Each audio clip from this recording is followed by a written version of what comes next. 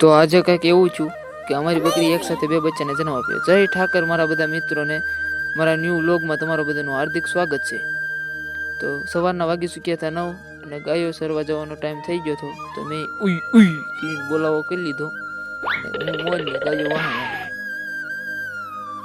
પછી ગાયો સરાવવા મળ્યા. અમે ખેતર ખાલી નહોતું એટલા માટે મજબૂરીમાં રસ્તા ઉપર ચારવા પડ્યા.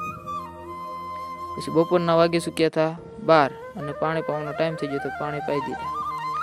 પછી પોલભાઈ વિચાર કરતા હતા કે આ પાળા ઉપર ખડ તો સારું છે પણ સારવા છે.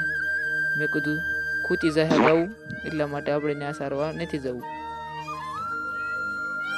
પછી ગાઉના ખુલ્લા ખેતરમાં સરતી મૂકીને પોલભાઈ શાંતિથી સૂઈ ગયા, થાકી ગયા હતા એટલા માટે, અને હું વિડીયો ઉતારું છું.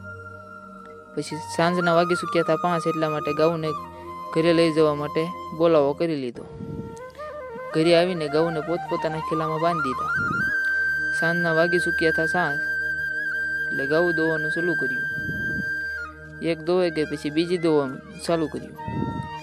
ગાઉ દોવાઈ ગઈ પછી બકરીએ 2 બચ્ચાને જન્મ આપ્યો હતો. તે બચ્ચાને દૂધ પાવાનું ચાલુ કર્યું. પછી છેલ્લે કંઈક આ ભાઈબંધે ટાટા કરીને ઊંચા હાથ કર્યા.